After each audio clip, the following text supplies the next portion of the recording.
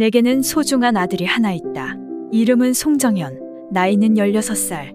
못 본 지도 벌써 10년이나 지났다. 하지만 내 보물임에는 변함이 없다.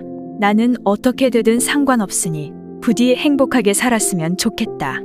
그것이 나의 소원이다. 내가 이토록 소중한 나의 전부인 아들과 떨어져 살고 있는 이유는 17년 전으로 거슬러 올라간다. 나는 고등학교를 졸업하자마자 졸업과 동시에 규모가 꽤 큰 청소용역 회사에 취직했다. 회사와 계약된 호텔이나 빌딩의 청소 전반을 담당하는 일이었다. 나의 부모님은 어릴 적에 사고로 돌아가셔서 나는 보육원에서 자랐다. 그러다 보니 딱히 뭐 배우고 싶은 것도 없었고 고등학교를 졸업하면 보육원도 나와야 해. 차라리 하루빨리 취직해서 자립하고 싶은 마음이 강했다. 그렇게 고졸인 나는 자존감도 없이 하루 파견된 오피스 빌딩 청소가 끝나면 바로 숙소로 퇴근하는 일상의 반복으로 당연 자의 반, 타의 반, 누구와도 어울리지 못하며 그저 하루하루 보냈다. 나의 보물인 아들 정현이의 아버지자 전 남편이었던 송희원도 그저 반복적인 일상만 영위하던 회사에서 만나게 되었다. 소위 말하는 헌팅인 줄도 까맣게 모르고 말이다. 그날도 나는 평소와 같이 늘 출근하던 오피스 빌딩에 현관에서 청소기를 돌리고 있었다. 그런데 누군가 나의 뒤에서 이렇게 예쁜 관리부 사원이 회사에 계셨네요 하는 소리가 들렸다. 하지만 늘 고개조차 제대로 들고 다녀본 적이 없던 나는 설마 나에게 하는 소리일 거란 생각조차 못하고는 옆을 두리번거렸지만 현관 담당은 늘 혼자였기에 옆엔 아무도 없다는 걸 확인하고 당황한 나는 소리가 나는 뒤로 고개를 돌리자 말쑥하게 입은 멀쩡한 청년이 나를 빤히 쳐다보고 있었다. 처음 보는 사람이, 더군다나 그것도 멀쩡히 생긴 남자가 나에게 말을 걸은 일도 처음이었고 더 놀라운 사실은 그가 내가 청소하는 빌딩의 사장 아들이란 걸 알았을 때는 정말 패닉에 빠졌다. 그는 올해 26세로 학교를 졸업하고 바로 아버지 밑에서 경영 수업을 하는 모양으로 직원들 사이에서 유명했기에 파견직 청소 용역인 나도 알 정도여서 난 그의 말에 그만 입이 먼저 나도 모르는 말을 해버렸다. 아닙니다. 죄송합니다. 라고 말이다. 말 같지도 않은 대답을 해버린 나는 그날 이후 매일 같이 살갑게 인사를 해주는 그를 아침이면 기다리기까지 했다. 그렇게 매일 인사하다 어느 날 그와 차까지 마시는 사이가 되어 그의 고백으로 우리는 연인이 되었다. 그와 사귄 지 반년 정도 지난 어느 날 내 몸에 이상 징후가 나타났다. 임신을 한 것이었다. 내 주제에 결혼은 생각조차 해본 적이 없었고 그가 알면 헤어지자고 할 게 뻔하지만 여러 날 고민하다 그에게 말은 해야 할 것 같아 임신 사실을 알렸다.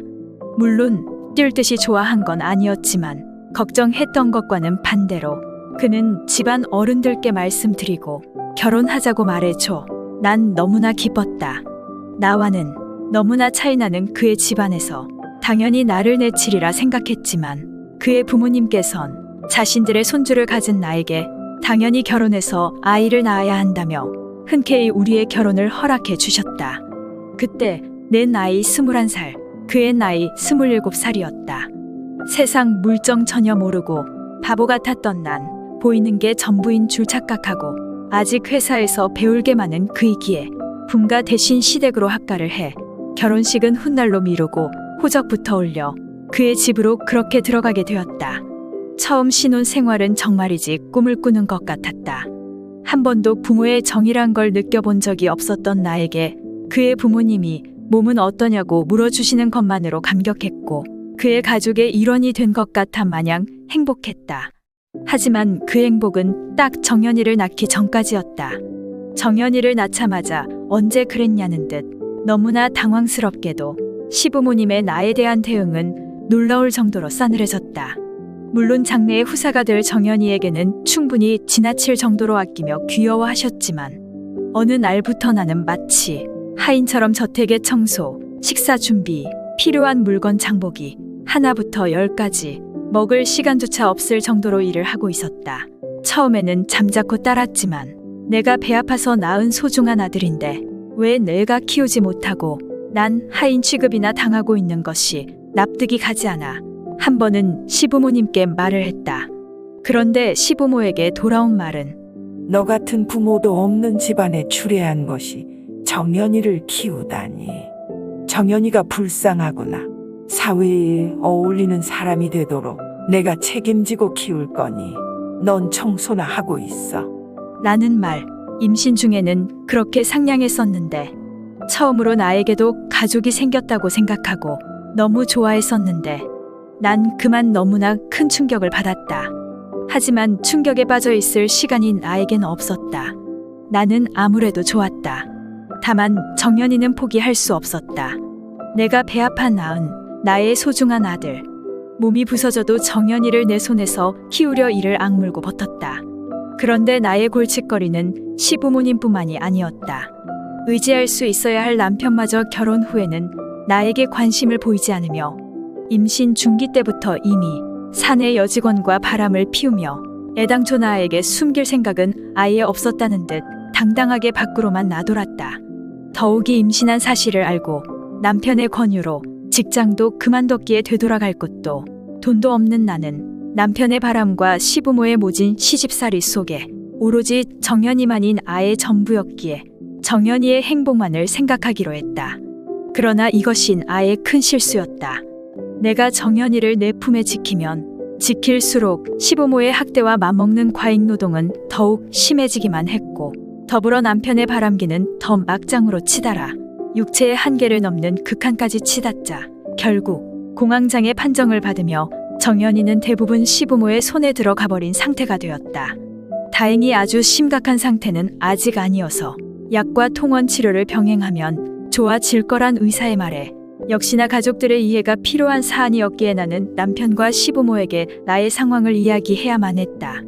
혹시 내가 아프다고 하면 남편이나 시부모가 조금은 이해해 주질 않을까 하는 부질없는 기대를 하면서 말이다. 하지만 역시나였다. 시부모나 남편 모두 하는 일이 뭐가 있어 마음의 병이나 걸리고 나약해 빠져서는 너무 편해서 그런다며 오히려 나를 맹비난했다. 너무 무서웠다. 나는 어찌할 바를 몰랐다. 이혼하고 확 달아나려고 해도 고졸 신분에다 1년도 못 채우고 그만둔 직장. 이런 나에게 일자리가 있을까? 혼자라면 지금 당장 이혼하고 싶지만 정연이를 두고 앞뒤 생각 없이 행동하는 게 지옥 같은 고달픈 생활의 출구가 보이지 않는 깊은 터널로 들어가 버린 그런 기분이었다. 하지만 이런 나의 생각에 뒤통수를 때린 남편의 한마디. 이혼하자. 내가 그토록 말하고 싶었어도 말할 수 없었던 이혼을 남편은 너무나 가볍게 심지어는 기쁜 목소리로 그가 말해버렸다. 그때 정연이는 6살, 나는 26살이었다. 남편의 한마디가 너무나 어이없었지만 분해서 죽고 싶었지만 나는 아직 젊었다. 사실 고생은 하겠지만 이 집에서 만큼이겠냐는 생각에 정연이에게 더 많은 애정을 쏟아 부을 수 있겠다는 생각에 정연이랑 둘이서 앞으로의 인생을 열심히 살아가자 마음을 다잡았다. 하지만 그건 나만의 생각. 시부모와 남편이 그걸 인정할 리가 없었다. 시부모는 몸과 마음이 나약해져서 약에 의지할 수밖에 없었던 나를 정신병원에 강제로 가두는 악행까지 서슴없이 저질렀지만 나는 악착같이 병원을 도망쳐 나와 결국 나는 남편과 법정에서 친권을 다투게 되었다. 지금 생각하면 참으로 무모한 일이었다. 직장도 없고 고졸에다 병까지 걸린 내가 큰 회사 아들의 모든 걸 다 가진 남편에게 이길 리 만무했으니까 말이다. 심지어 그뿐만이 아니었다. 엄마란 사람이 육아를 포기해 어쩔 수 없이 시부모가 양육할 수밖엔 없었다. 라는 터무니없는 주장까지 했다. 일이 없는 것도 병든 것도 확실한 나였지만 그래서 인정할 수밖에 없지만 정연이에 대한 생각만은 진실이었다. 내 손으로 정연이를 꼭 키우고 싶었다. 그걸 막은 건 시부모님 쪽인데 거짓말까지 하고 나를 정연이로부터 떼어내려고 하는 짓거리에 분하고 분해서 눈물이 그치지 않았지만 나는 결국 친권을 뺏기고 말았다. 미안해 정연아. 떠나는 날역에서 나는 정연이를 껴안으며 눈물이 터져나와 목소리도 안 나오는 상태였지만 정연이를 불안하게 하고 싶지 않아서 이를 악물고 안간힘을 쓰며 애를 쓰는 내 모습에 정연이는 무슨 일이 일어나고 있는지 잘 모르는 것 같아 어리둥절해하면서도 나를 꼭 안아주었다. 그런데 놀랍게도 나와 헤어짐을 감지했는지 헤어질 무렵에는 쓸쓸한 얼굴로 이렇게 말했다. 엄마 어디가? 정연이의 말에 뭐라고 대답해야 좋을지 차마 목이 메어 말이 안 나와 난 그만 눈물을 보이고 말았다. 정연아, 그만 가자. 시어머니가 정연이의 손을 잡아 끌며 걷기 시작했다. 정연이는 놀란 얼굴을 하고 몇 번이고 나를 뒤돌아보고 나는 그 모습이 보이지 않을 때까지 그 자리에서 계속 울고 있었다. 부디 정연이가 행복하기를 그것만이 나의 바람이었다. 그리고 나서 오갈 데 없던 나는 원래 일했던 청소업체의 사정을 말하고 몇 번이고 머리를 숙여 부탁을 해 다시 일을 하게 되었다. 그로부터 10년이 지난 지금 여전히 난 같은 곳에서 근무하고 있다. 혼자서 빠듯하지만 살아갈 수는 있었다. 월세 20만 원짜리 고시원에서 매일 절약을 하는 생활. 그날 헤어지고 나서 한 번도 못 만난 정연이는 친권이 남편에게 있기에 남편의 허가 없이 만날 수도 없고 집으로 찾아간 적도 있지만 문전박대 당하기가 일쑤였다.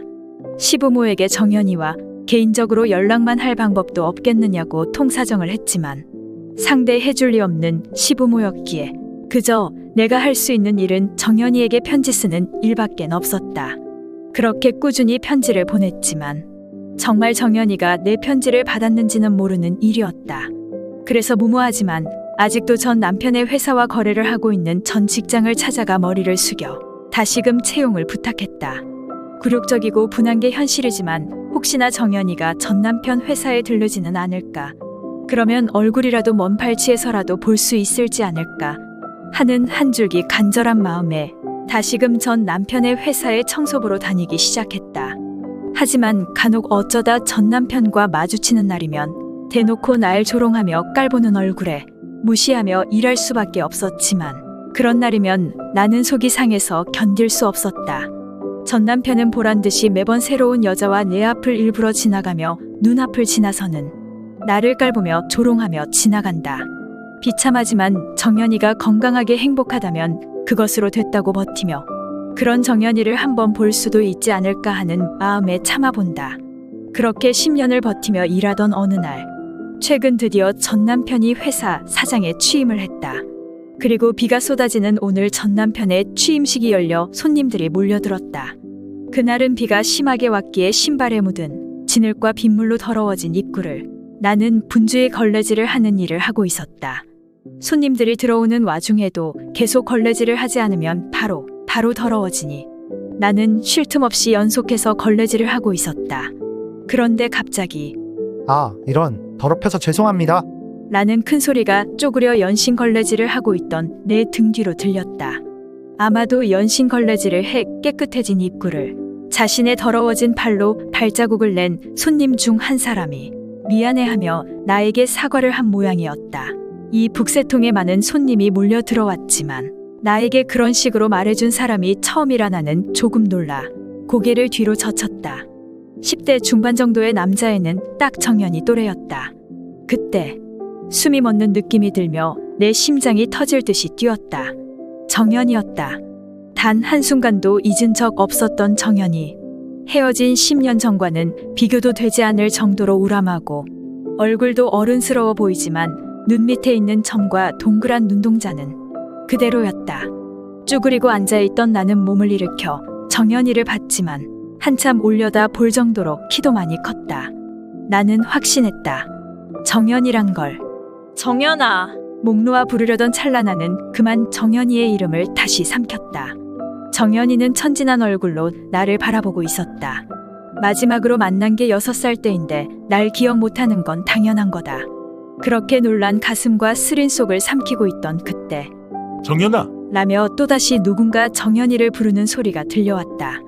목소리의 주인공은 전 남편이었다. 나는 당황한 나머지 당장 자리를 떠나려 했지만 전 남편은 어느새 내 코앞까지 오더니 우리 아들 정연이라고 합니다. 차기 사장을 이어갈 소중한 존재이기 때문에 아버지의 취임식에 왔네요. 뭐 당신에게는 관계없는 이야기지만요. 대체 전 남편이라는 작자는 도대체 무슨 생각으로 나에게 이런 말을 하고 있는 걸까? 잔혹해도 정도가 있는데 더군다나 추레한 청소부에게 손님들이 몰려있는 지금 굳이 이런 이야기를 하는 걸 보면 유치하기 짝이 없어. 당혹스럽고 수치스러운 마음은 분노로 바뀌어 차라리 내 마음의 위로가 되었다. 더욱이 정연이가 내 눈앞에 있다. 그것도 멋진 정장을 입고 이 화려한 장소에 어울리는 훌륭한 청년이 되어서 말이다. 내가 내 엄마야라고 말할 마음이야 애초에 눈곱만큼도 없었지만 너무나 훌륭하게 자란 아들 앞에 내 추려한 모습을 보니 행여나했던 마음마저 사라졌다. 나는 정연이의 눈을 피해 고개를 숙인 채 그렇군요. 축하합니다. 라며 떨리는 목소리로 간신히 대답했다. 10년 동안 만나지 못한 정연이는 익숙한 모습으로 손님들과 웃는 얼굴로 이야기하며 시종 여유로웠다. 그런 정연이를 보며 정말 잘 컸다는 생각에 그동안 전 남편의 조롱과 수모까지 견디며 오늘까지 버틴 게 너무나 감사했다. 그렇게 홀에서의 취임식 행사는 시작을 했고 나는 손님들의 입장이 끝나 입구의 청소도 쉴 수 있게 되자 홀 안쪽의 행사를 훔쳐보며 정연이를 눈으로 훔쳐보고 있었다. 그리고 마침내 취임 행사의 마지막 하이라이트. 정연이가 전 남편의 축하 인사를 위해 마이크를 들고 단상으로 올라갔다. 그렇게 작았던 정연이가 멋지게 사람들 앞에서 이야기를 하고 있었다. 엄마로서 성장을 지켜보지 못하는 건 정말 아쉽고 속상하지만 이렇게 훌륭해진 모습을 볼 수 있어서 이젠 정말 행복하다고 생각했다. 마침내 시작된 정연이의 연설.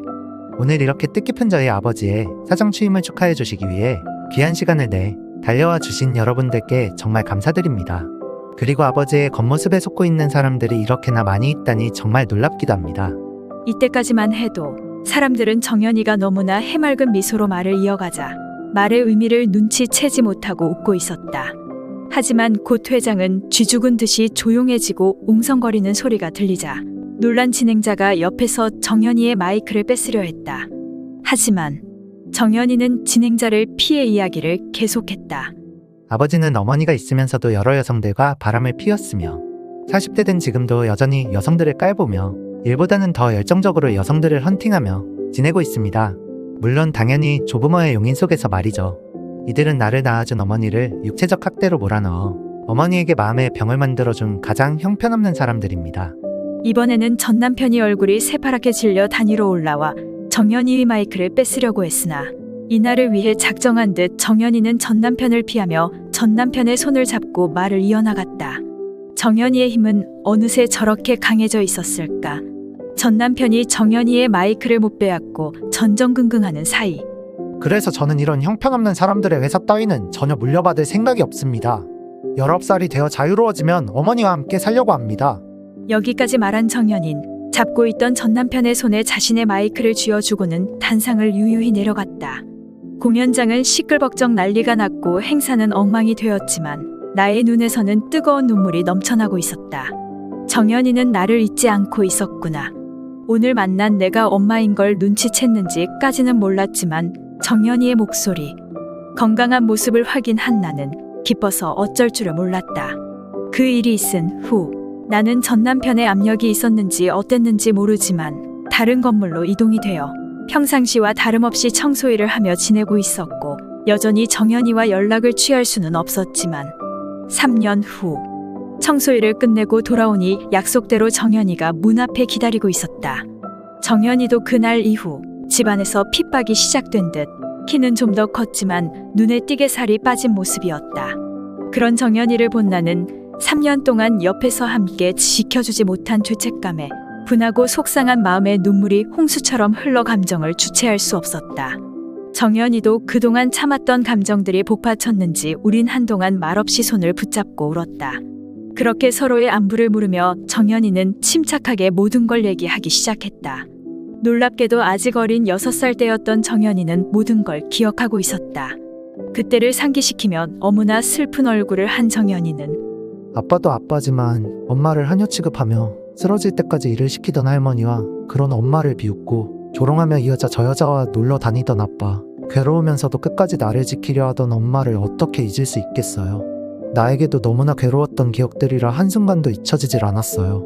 그리고는 어린 시절부터 이 기억들이 떠나질 않아 나를 갉아먹고 있는 것 같아 고통스러웠어요. 아직 어린애라고 생각했던 정연이는 모든 걸 보고 있었고 자신의 의지대로 엄마를 찾아와 주었다. 이렇게 아들을 마주한 나는 너무 감격스러웠고 기뻤다. 하지만 한편으론 마음이 무겁게 짓누르고 있었다. 정연아, 정말 이 엄마는 너를 다시 볼 수 있고 내 옆에 있을 수 있어서 너무 좋아. 그런데 엄마는 돈도 없고 힘도 없어서 아무것도 못 해줄지도 몰라. 너와 같이 살 수 있는 건 좋은데 나 때문에 너의 미래를 망가뜨릴까봐. 이 엄마는 너무 무섭다. 엄마, 나는 저런 사람들처럼 되고 싶지 않았어요. 아무리 좋은 환경이라도 그런 사람들과 하루하루 사는 게 너무 괴로웠어요. 그리고 난 엄마가 나에게 뭘 해줬으면 해서 온 것도 절대 아니에요. 엄마가 집에서 쫓겨나가시고 한참을 공포 속에서 지내다가 일하시는 아주머니가 엄마가 보내주시던 편지랑 생일 선물을 나에게 몰래 전해주기 시작을 했어요. 난 엄마의 편지 덕에 지금까지 그 집에서 견디며 엄마를 보러 가기 위해 참고 견뎠어요. 옆에는 없었지만 나를 낳아준 엄마가 너무 보고 싶었고 정말 소중했어요. 이제는 제가 엄마에게 효도를 하고 싶어요. 정연이의 말을 듣고 나는 그동안의 수모와 멸시는 온데 간데 사라지며 세상을 다 가진 행복의 이 자리에서 죽어도 좋을 만큼 행복했다. 나의 전부인 소중한 아들 정연이. 이제 두 번 다시 못 만나더라도 어딘가에서 너만은 꼭 행복하길 바랬던 마음. 그것이 내 소원이었다. 하지만 그로부터 다시 10년. 지금 나에게는 많은 가족이 생겼다. 내 품에서 꼬물거리는 내 강아지들인 쌍둥이 손주들. 눈앞에는 정연이의 천생연분인 며느라기와 정연이. 정말이지 꿈같은 하루를 보내고 있다.